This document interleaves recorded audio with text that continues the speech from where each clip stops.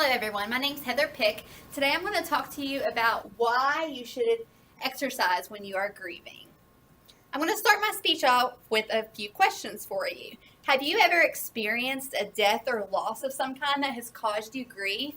Maybe you've had a family member pass away, a family pet, a grandparent. Maybe you're grieving the loss of a significant relationship. Grief comes in many forms and doesn't necessarily mean death. You may be one of the fortunate ones that has never had a significant loss in your life, but unfortunately, loss is inevitable for all of us. Grieving is a process that all of us are going to go through at some point in our lives. You may grieve the loss of a family member, a pet, a friend, child, even a job.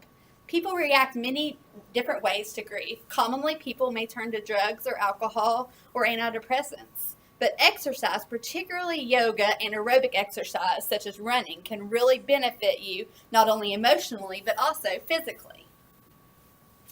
As a college student, you may or may not have experienced any loss in your life resulting in grief, but my speech is to open up your eyes to ways to handle your grief positively when it happens, and even give you some tips that you can maybe offer to somebody that has some grief in their lives.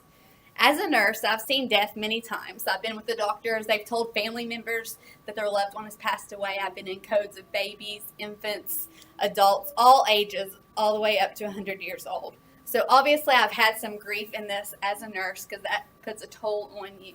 But my major grief process started in 2012 and 2013. In 2012, I was pregnant with my son, and at 5 months, I found out he no longer had a heartbeat. So I had to go through the labor and delivery and deliver my son because he had passed away.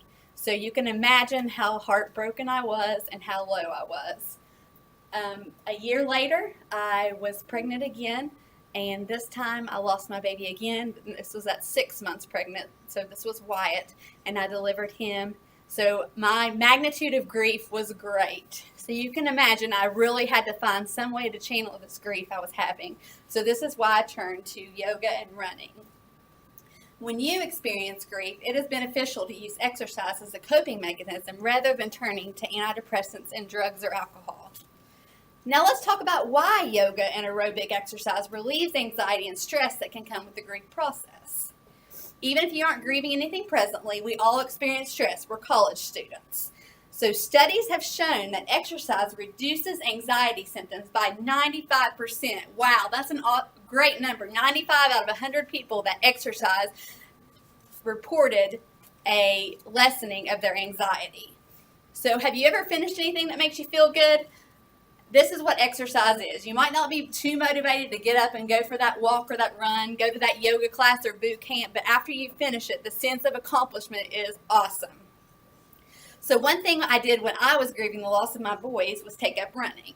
Now, we can't call myself a runner because I'm not very fast, but I wanted to find something to deal with all of this emotions I was feeling.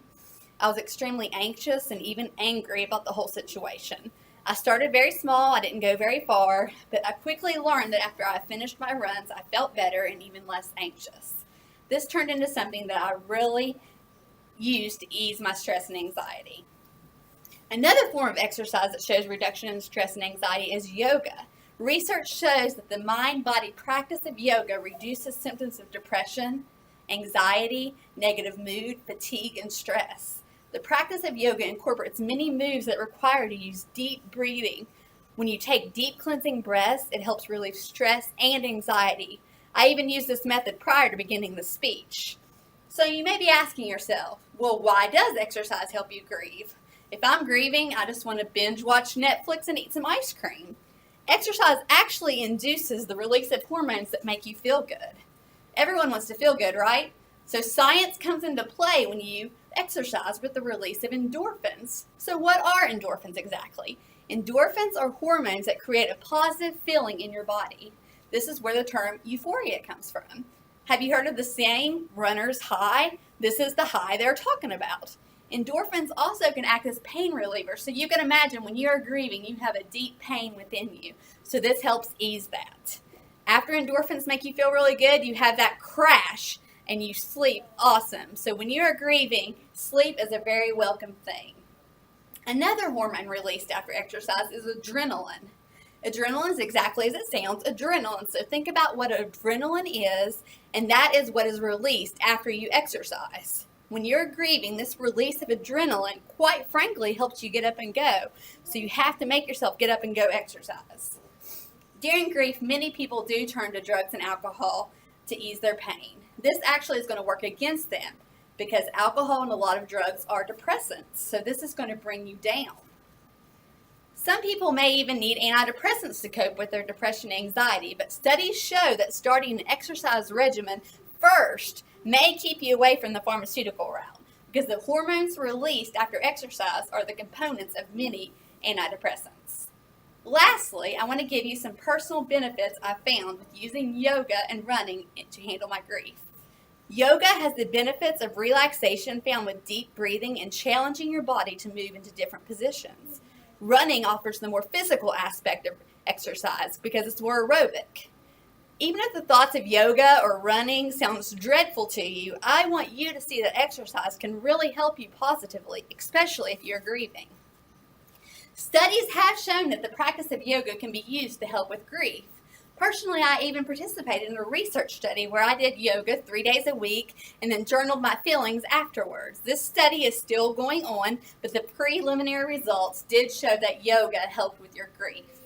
Another yoga instructor I found teaches an 8-week course for yoga and grief. She starts her session with deep breathing exercises and then moves to protective poses like the child's pose or downward dog, and then goes into lengthening poses.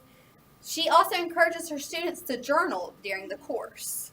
On the other side of the coin, there's running. This is an exercise that you can use that's more physical than yoga, but also can be beneficial to grieving individuals. One researcher found that yoga and running worked better than actual group therapy on a group of individuals who were depressed. My experience with running started after the loss of my boys. I started running 5K races and eventually started wanting to run longer distances. I used my running time to listen to music and reflect on my grief. I never was a fast runner, so we may not even be able to call it running, but my running therapy turned into a passion and a cause for me. I ran by myself a lot of times, but sometimes I would run with somebody else, and that was some of the best therapy I had during my grief. So bringing all of my points together, I hope you now have a better understanding why exercise offers many benefits to you, not only emotionally but physically. The reason to exercise to cope with your grief is exponentially greater than turning to pharmaceuticals or alcohol and drugs.